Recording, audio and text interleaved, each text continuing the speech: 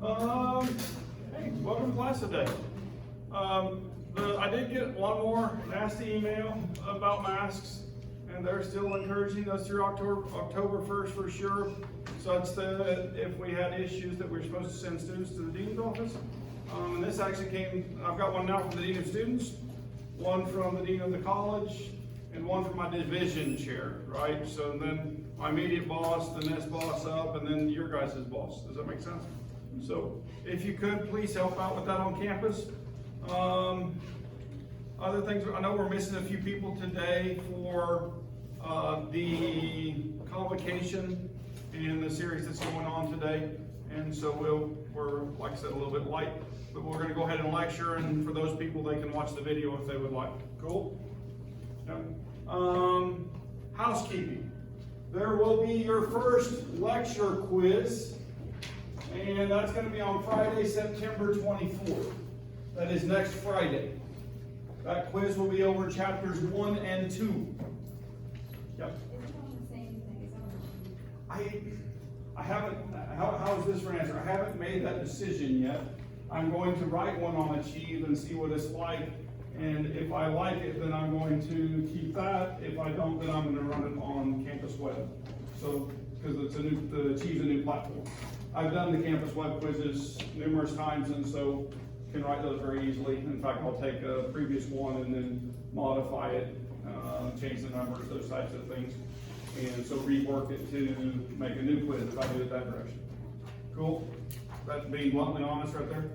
So, and I'll write new questions too, but I do that every time I write. So anyway, expect it to be about 20 minutes or so.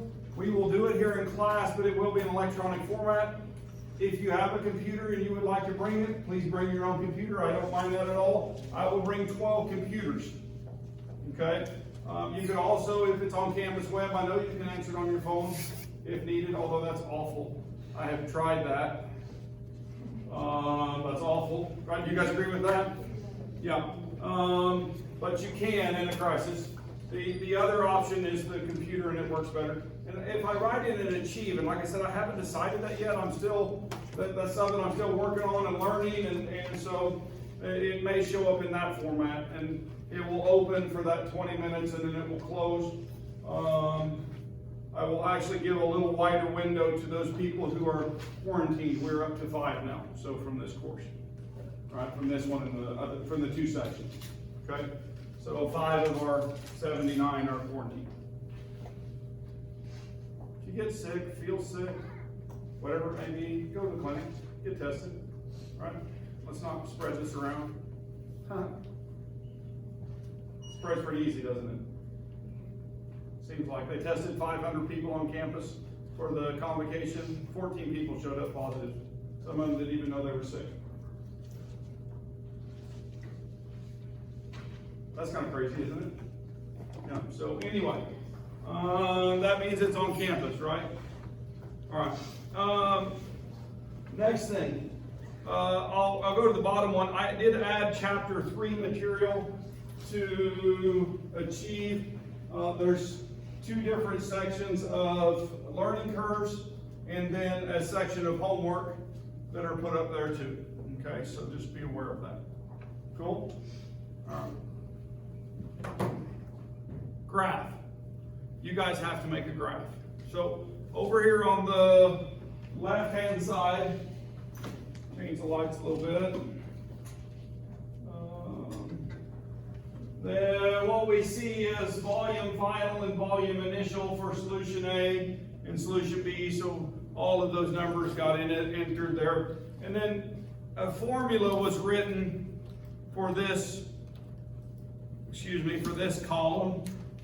Okay, and if you'll notice, that formula is A3 minus B3, right? So A3 is right there minus B3. Cool?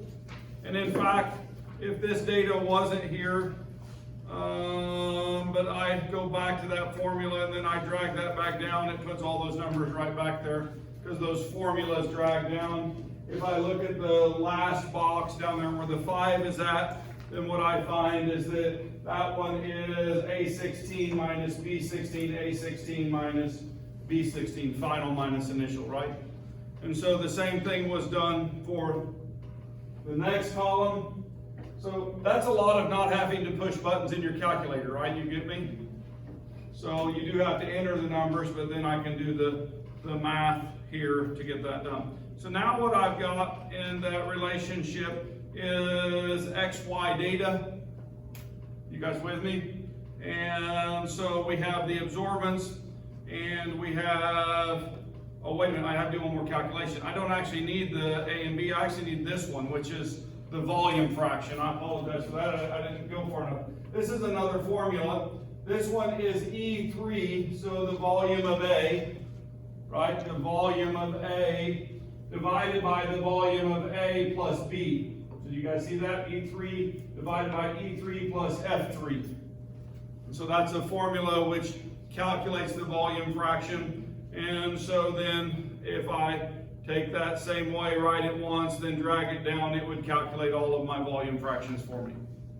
Cool? All right. The next one are the absorbance numbers, and so you would put those in. And what you should notice in your absorbance numbers, if they're good, they should start low, go higher, and then go back to low again. Okay, you guys with me? They should go from low to high, back to low. But now, there's actually two pieces of data in this set that we're going to have to graph separately, because we're going to do linear regression lines on them, or trend lines, on two pieces of data, or two data sets. And so what I do is look at the data. Where does it stop going up in terms of absorbance? It goes from 0.016 to 0.5 to 0.8 to 1.4. It's going back down right there. There's a question was whether that 1.4 goes in the first data set or the second data set. Right? You with me? That's the middle number. I'm going to start with it in the first data set. Okay? So I'm going to graph a data set, and I'm actually going to graph to right there. Okay, cool? And so what I'm going to do is take that, and I'm just going to add once I get a graph done. I'm going to go insert, and I'm going to go chart, and it's going to give that to me. Cool, you guys with me? Now I'm going to actually put a second, so I'm going to select data, and when I do that, I'm going to add a series. Okay? And this next series is going to be the X value is on the left. Oops, wrong one. So, my bad. I was clicked on the wrong box. Does that ever happen to you guys?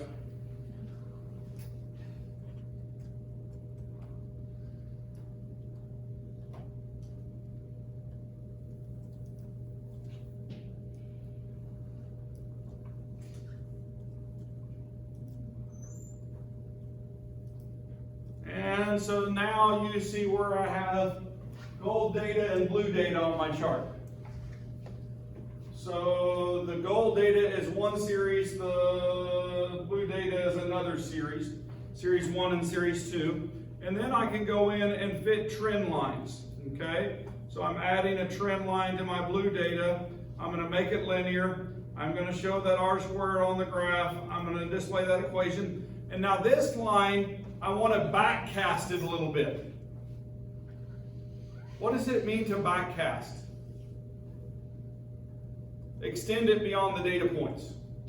Okay? And now my units on that scale are 0, 0.2, 0.4, and so on. So how far back do I want to go so it gets past that blue dot? Maybe just 0. Well, or about... Or like so. So 0.1, right? If I went backwards 0.1, that would go halfway between in that middle of that box that says from 0 to 0.2. So I'm going to put a backcast of 0.1 on that, and you see how the line extended out. It went from, it stopped there, and now it goes out to there, to that 0.1 spot. Cool? Right? So we're going to do the same thing on the other one. We're going to put a trend line in there. And so we're going to add a trend line to that. It's linear. And I'm going to forward cast that in the same way, because now I'm going to the right past my data. I may be a little bit too much, right, you guys? So maybe a 0.05, so it doesn't push that down so much. Whoops, my bad. All right, cool. All right, so now I have forecasted. Oh, I should have put my equations. I always put those on there for any time I have a line. So we'll go back to that and format trend line and equation R squared. And I probably want to keep that one on this side and then that one over there out of the data so we can tell which one goes with which. Cool? All right, now what I'm really looking for is, you see that point where those two lines cross?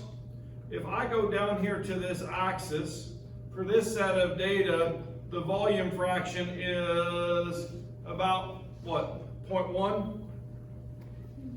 Maybe a little less than that, or a little more than that, 1.2, right?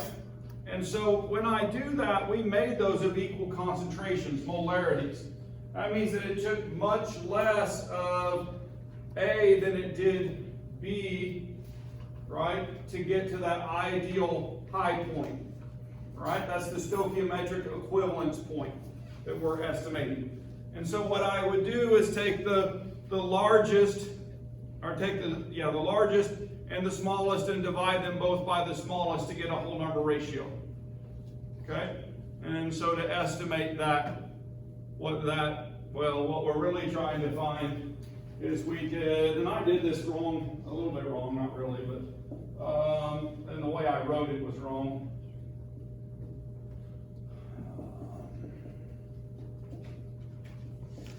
In reality, what we're looking for are X and Y, the molar equivalents for that. And so I would divide the smallest by the smallest, and that would be a 1. And then if the second number is fractional, then I would multiply them up to a whole number. For example, if it was 1 to 1.5, I would multiply it times 2, and then it would be, so if it's 1.5 up there, right? If it's 1.5, and then the remainder is, for B is what? I said 1.5, 0.15. What's 0.5 minus 1? 0.15 minus 1? 0.95, right? This is bad data, by the way. 0.85. And so I would divide both of those by 0.15, 0.15. And so this one is equal to 1. What's 0.85 divided by 0.15?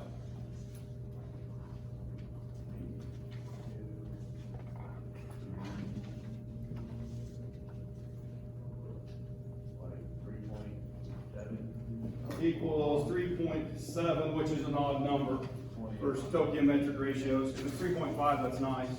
Oh, sorry, 5.7. 5.6. I'm going to call it 5.5. Is that all right? I'm going to drop it down one for convenience. And then what I'm going to do is multiply both of these by 2. Okay, and when I do that, then this is a 2B11. So that 0.85 is the Y value, is that what you're saying? Mm-hmm. Yeah. So that's the fraction. The 0.15 is the fraction of A, right? It took to get the stoichiometric equivalence. If that's the case, if it's 0.15 and we're varying those, the variations are equivalent in magnitude, then that means that to get to that 1, the B fraction is at 0.85. I see. Yeah. So what's our Y value again on the graph? On the graph, it's absorbance. Okay, yeah.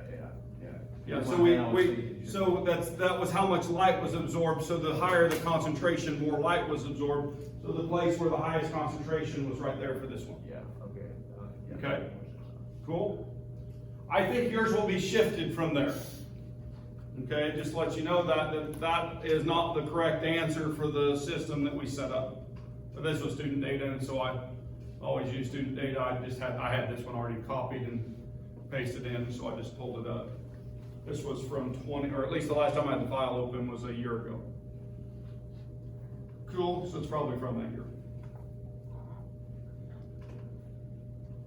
Does that help? All right, so questions? That flies back, as you see. It's like the cricket, it's now a couple days. It's a plague. This room is plagued with insects. All right.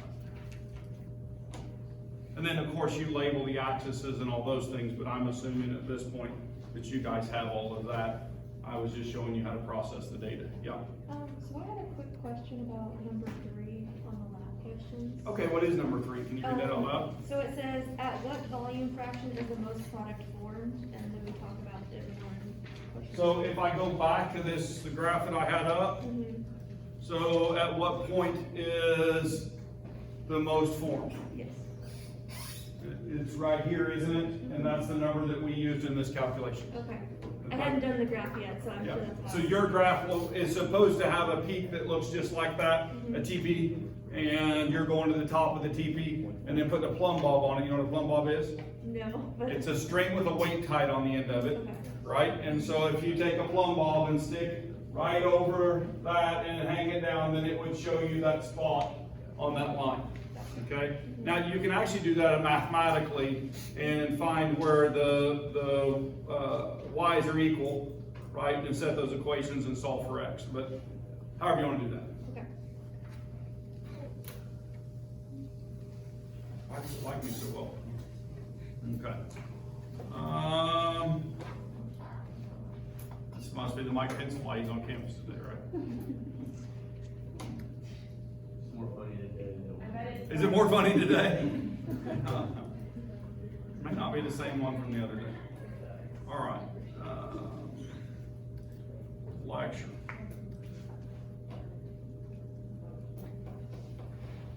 We were talking about one of my favorite things, the periodic table. And I believe that we did this slide, which was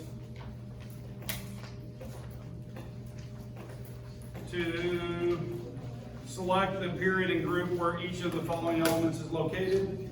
And then we determined which ones had similar properties. And how did we decide which ones had similar properties? They were in the same group, or what's the other word? Family, right? No, periods run across, right?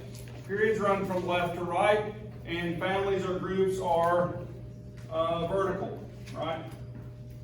So be sure to get those two separated in which way we're going. And so the larger groups on the periodic table, the main group elements, right? So main group, it's easier just to pull up this picture. And I like to do it on this periodic table though, right? Because this is the one you have in the classroom. Okay, but you guys, you see the blue up here? That blue is representing the alkali and earth alkaline metals. Right, you guys see that? And then you see where this block sticks up right here, going right there. That is the main group elements. So 1, 2, 13 through 18. Main group elements. Okay, main group elements. Now, in the middle of the periodic table, so from this line, actually all of these on the bottom, right there. So you guys following my laser? What are those called? Transition elements, right? Transition metals is another word because they're all what? Metals. Okay, yep. Transition elements or transition metals. And now, this group down here, they're still transition, but they're called inner transition elements, right? Inner transition elements. And they have a couple names. Their periods are named the lanthanides and the actinides, from lanthanum and actinum. Okay? Sometimes we use actinoids, okay, because they are lanthanoids, and describing those. Lanthanides or lanthanoids. All right. Classify the following elements as main group elements, transition elements, or inner transition elements. Cesium. Cesium. Find the symbols in family number 1 in the 6th period. And it is main group metal. Okay? Indium. It is in family 13, right? In the 5th period.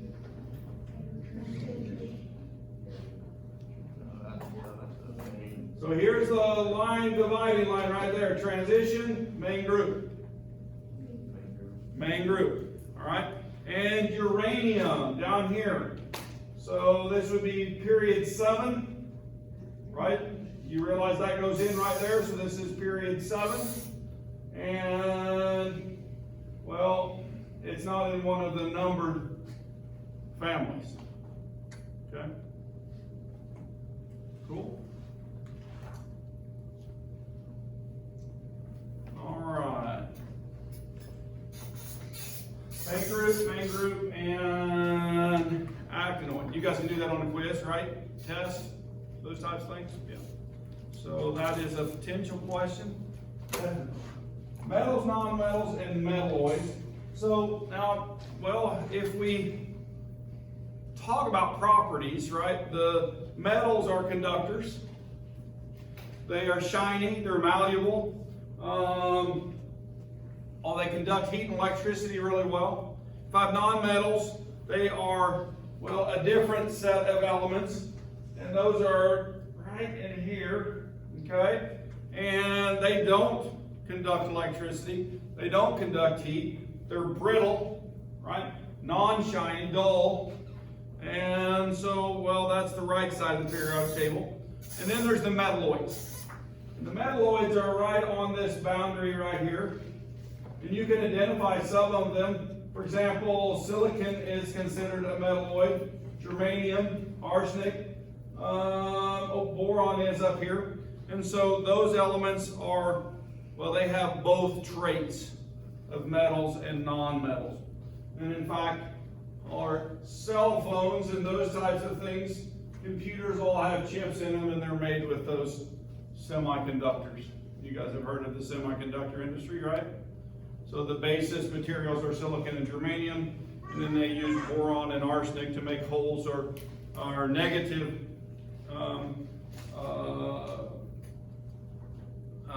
areas with the arsenic with an extra electron. So anyway, cool? You guys do that? Identify those. So there's other things we use this designation for. Okay? So we're going to go into the next chapter and we're going to start talking about bonding, right? And we're going to talk about covalent bonds and ionic bonds. And the students always ask me, not all of them, but many students, how do you know when it's covalent and when it's ionic? How do you tell? And one of the most easiest things in the world is to learn this.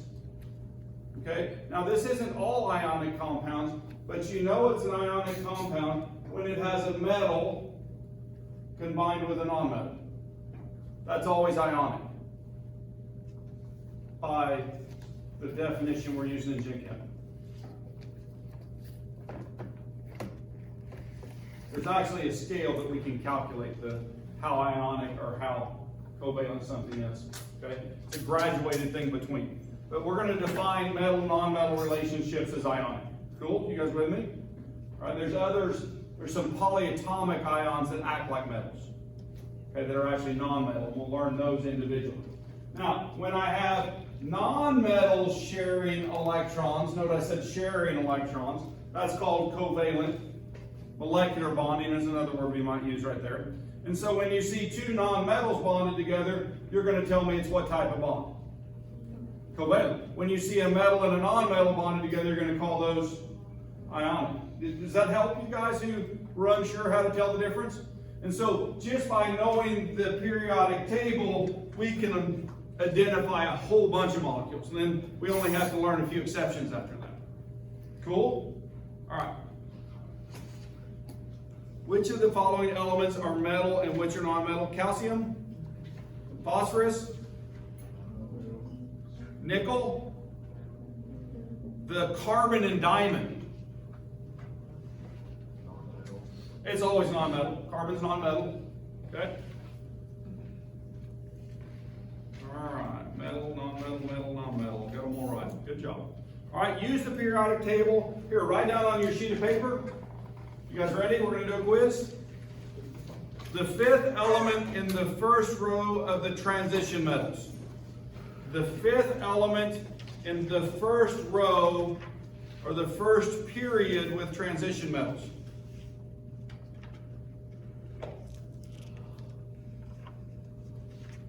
Write its symbol. The element of the fourth period that is also in group 6. The element that is also in group 6 of the fourth period. All right, how about the seventh transition element?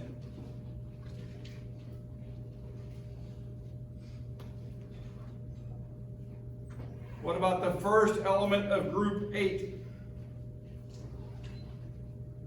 First element of group 8.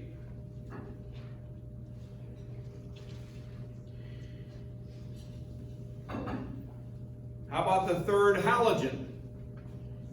Going down the periodic table, the third halogen. What about the first alkaline earth metal? Not to be confused with the alkali metals. And how about the first coinage metal? First coinage metal. Are you ready to check? Everybody good? All right, here we go.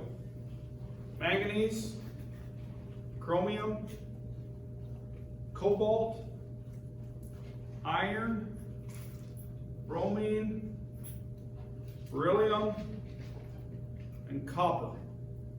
How do we do? Good? All right. If we didn't do good, what's your thought you should do next? Practice, right?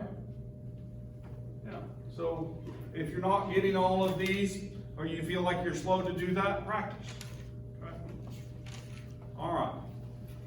Section review. So I moved all the reviews to the end of the chapters, and I thought I would leave those for you guys to go over when you're studying. Does that make sense? So if you look, then all the reviews for chapter 2 are dropped down to that end. Okay? So those are posted. It's the last set of handouts. You can get to those, and so if you would like to work back through those and read them, that might help you to, if you don't know what the review means, then to go back in the slide set and find that, look at the book in that section, read about it and those types of things to help to organize your practice for the quiz. Cool? Okay. So I started doing that same thing to, guess what we're going to do? Start chapter 3. So what is assigned right now? Reading assignment today, right?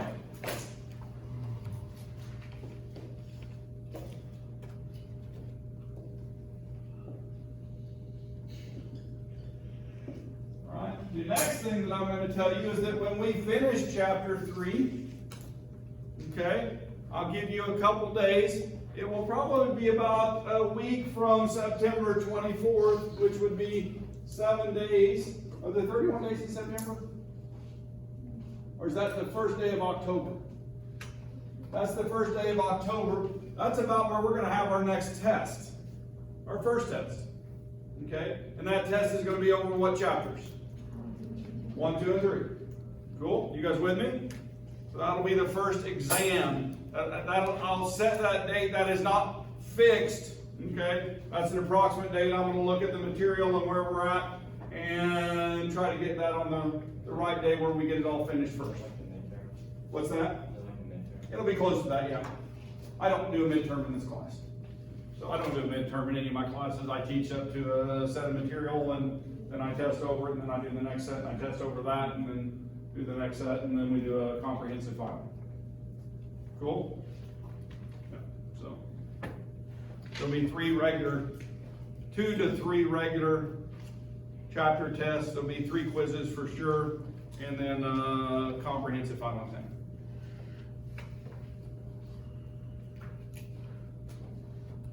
All right.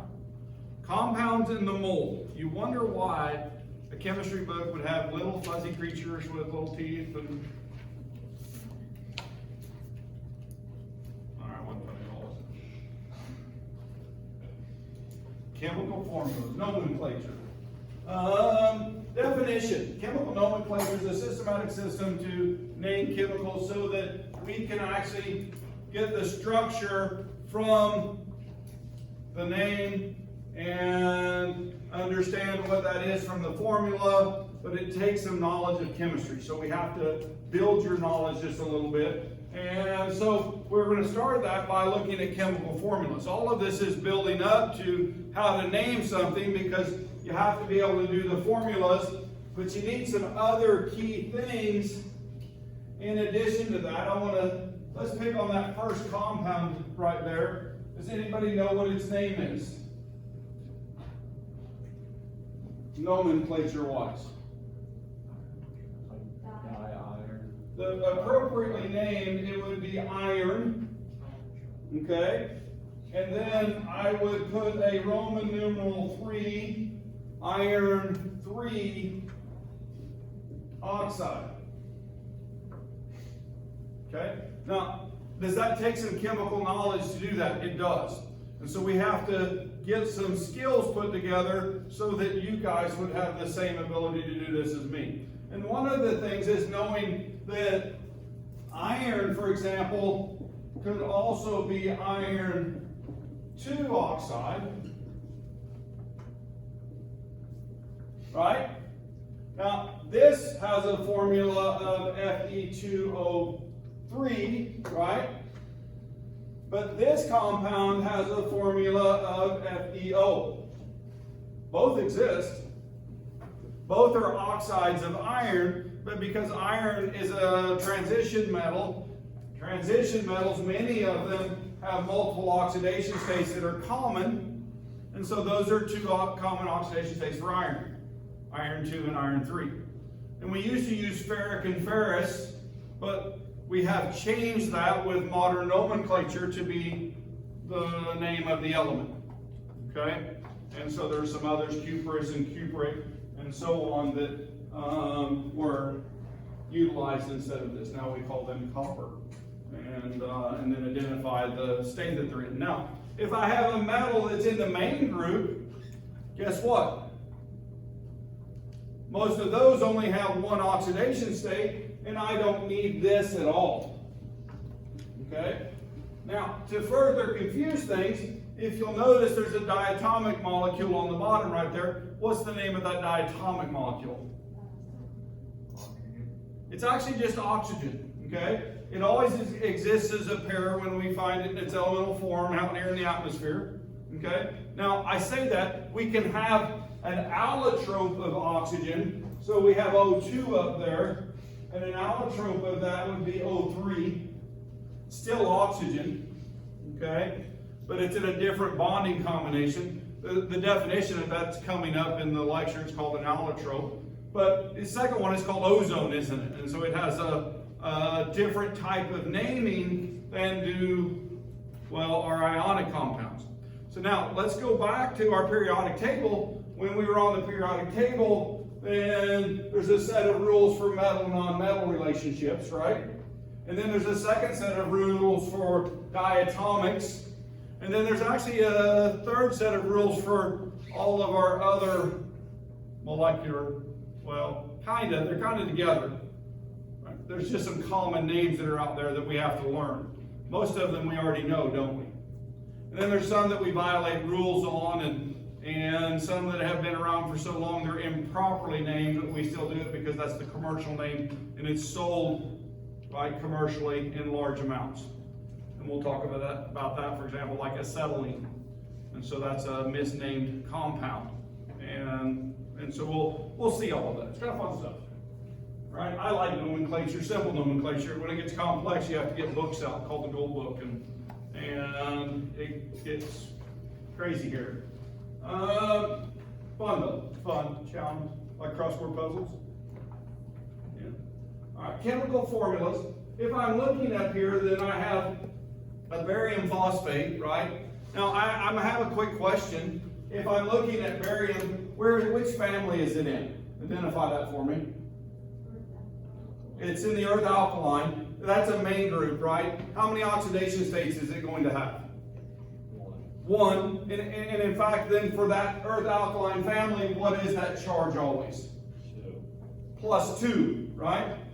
Yeah, so you guys are going to learn these. I know you are. And then on the right-hand side, there's a polyatomic ion. And that's actually got phosphorus and oxygen in it. And when I see phosphorus and oxygen in that combination, that's called phosphate.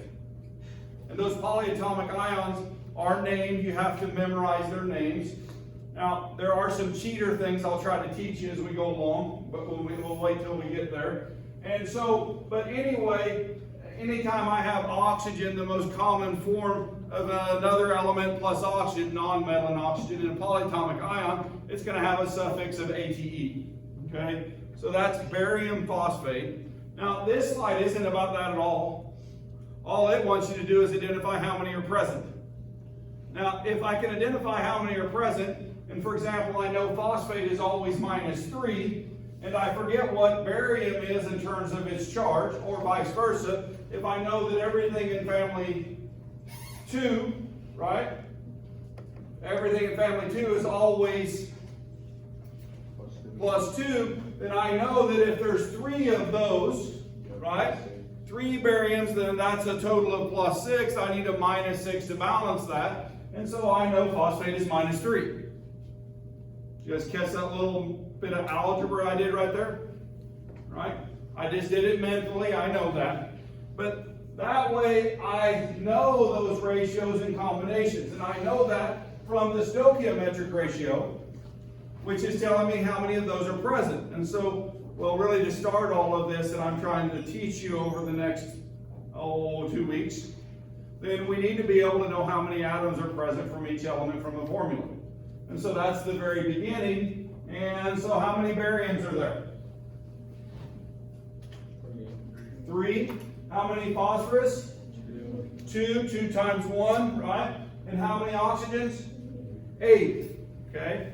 Those represent the ratio of atoms in the compound, and we write those in whole number ratios normally. Okay? We write those every once in a while. You'll see it done differently for different reasons. Okay, now, how in A, all right, how many magnesiums? All right, how many chlorines?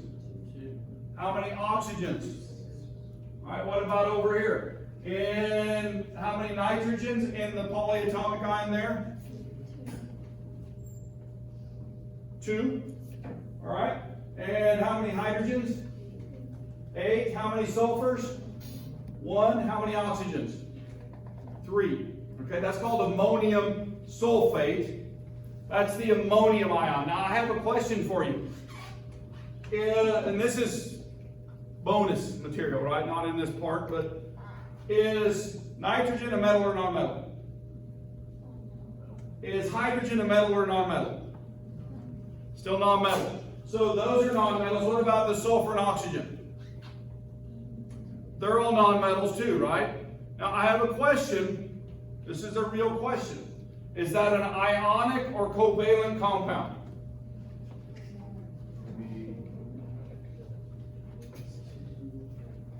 There's 2 polyatomic ions present.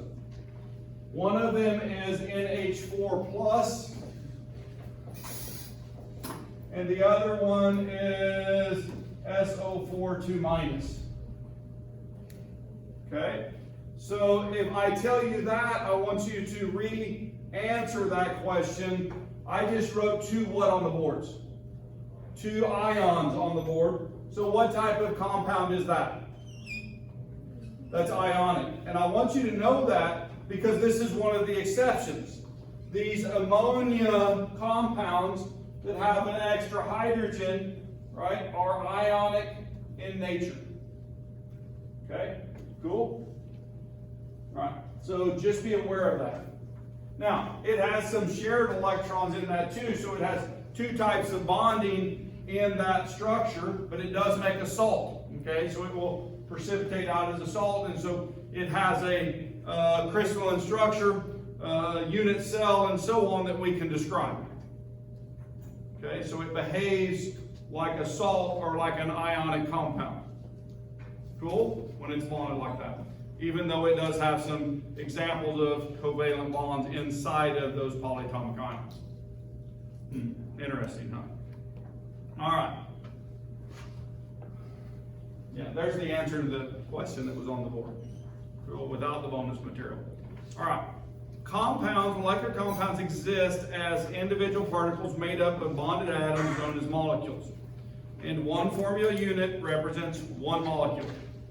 One formula unit represents one molecule. And molecular compounds contain non-metal atoms bonded to each other via covalent bonding. Okay? Molecular compounds are also called covalent compounds, and the bonds are called covalent bonds. Cool? So, ionic compounds exist as an extended three-dimensional lattice structure. Crystal is what I like to call those. There are no distinct molecules in an ionic compound, and the formula unit represents the ratio of the atoms present. Okay? And these atoms are held together by ionic bonds, and they're normally composed of metal atoms and non-metal atoms. Although there's an example on the board right now where a whole set of non-metals are ionic and behave in this fashion. Okay, so that's, in my mind, this slide isn't exactly right, is it? Because it doesn't mention that. Because that ammonium sulfate is that what it was? Yeah. Has a 3D lattice structure, does that make it solid? It does, you can crystallize it as a solid, yes. So we can make a salt of ammonium chloride, ammonium nitrate, ammonium, pick any anion you want to put with it, right? So, very common in fertilizer, ammonium nitrate. It's also used in blasting. They take that, mix it with diesel fuel, put a blasting cap in it, and you can make a good explosion with that. Yeah. Cool? All right. So, if we're looking at this slide, we see three examples. And those three examples are atoms of argon. So those are by themselves. It's a noble gas, not bonded to anything else. We have bromine. Okay. Now, bromine is kind of interesting. If we find it, where do we find bromine on the periodic table? Right there, right?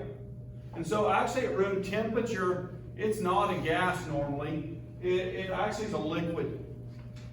Okay, because they're big and sticky, and those electrons can shift, and we get what's called London forces. And so bromine is a liquid at room temperature. Iodine is so big and sticky, it actually is a solid at room temperature.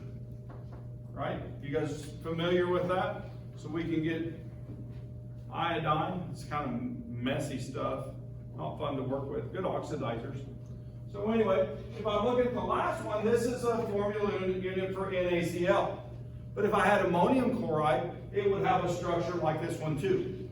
And it would form a salt. And so the ratio of ammonium ion to the chlorine would be present, or in this case, the ratio of sodium to chlorine is shown there, and it's a 1-to-1 ratio for them.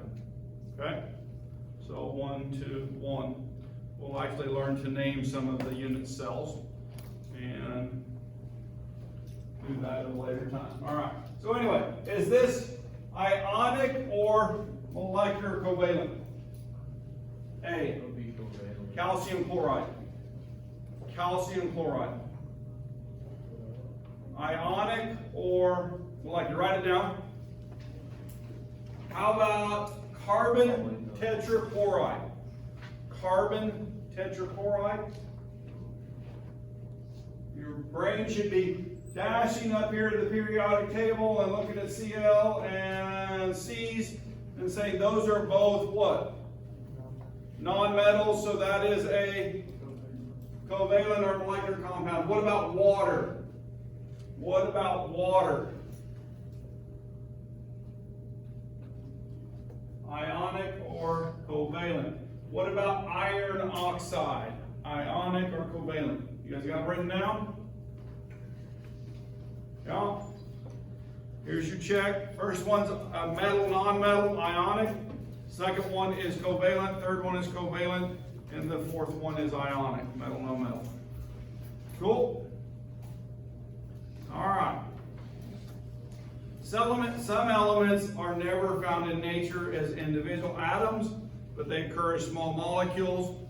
And so if we're looking up here, this is representing chlorine, Cl2. This is P4, which is a form of phosphorus. There's some other allotropes of phosphorus. What does that mean again? Do you remember that from the beginning of the lecture? Same element, but a different ratio of combination, right? So there are some other allotropes of phosphorus. And then we have S8. What's funny is how many chemistry books have S2 in their chemistry problems, but seldom in its naturally occurring form does it exist as the S2 gas, right? It's kind of big and bulky and likes to hang out with others, and so it makes a yellow dull solid, pale yellow. The sulfur is actually S8. Now, I did a whole bunch of coal research when I was in graduate school, the combustion products from coal, and S8 used to show up in our data all the time. Okay? And it's actually where I learned that and stuck that in my brain, and so then I laugh when I see chemistry problems that use S2. Wait a minute, I'll do it too, I promise. Okay? So, but it's still kind of fun, right? Wait a minute, if I did have S2 and or S8, then those would be considered what? Considered what? Allotropes, right? Yeah. All right. So 7 elements form diatomic molecules. And so, wait a minute, if we notice this is H2N2, O2, F2, Cl2, Br2, I2. What does diatomic mean? 2 atoms combined together to make a molecule, right? And so those are diatomic molecules, and those are in their elemental form: hydrogen, nitrogen, oxygen, fluorine, chlorine, bromine, and iodine. Now, I have a question for you. I think that somebody has messed up here in the U.S. because this is fluorine, this is chlorine, this is bromine, and this is iodine, or Iodine. no. If this is fluorine, chlorine, bromine, iodine, right? How much do you owe Dean? You better pay him back.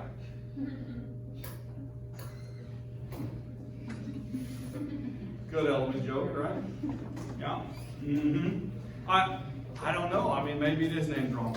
So anyway, diatomics. Here's the slide that I've been working towards the whole hour, right? Allotropes. Different molecular forms of the same element. Oxygen, O2, ozone, O3. Those are allotropes of each other. Diamond, graphite, nanotubes, fullerenes. Those are all different structures of carbon. Pure carbon, and those are all considered allotropes of each other. Okay, so I've used that word a lot in definition. Cool? Let's stop at allotropes, and next time we'll pick up right there.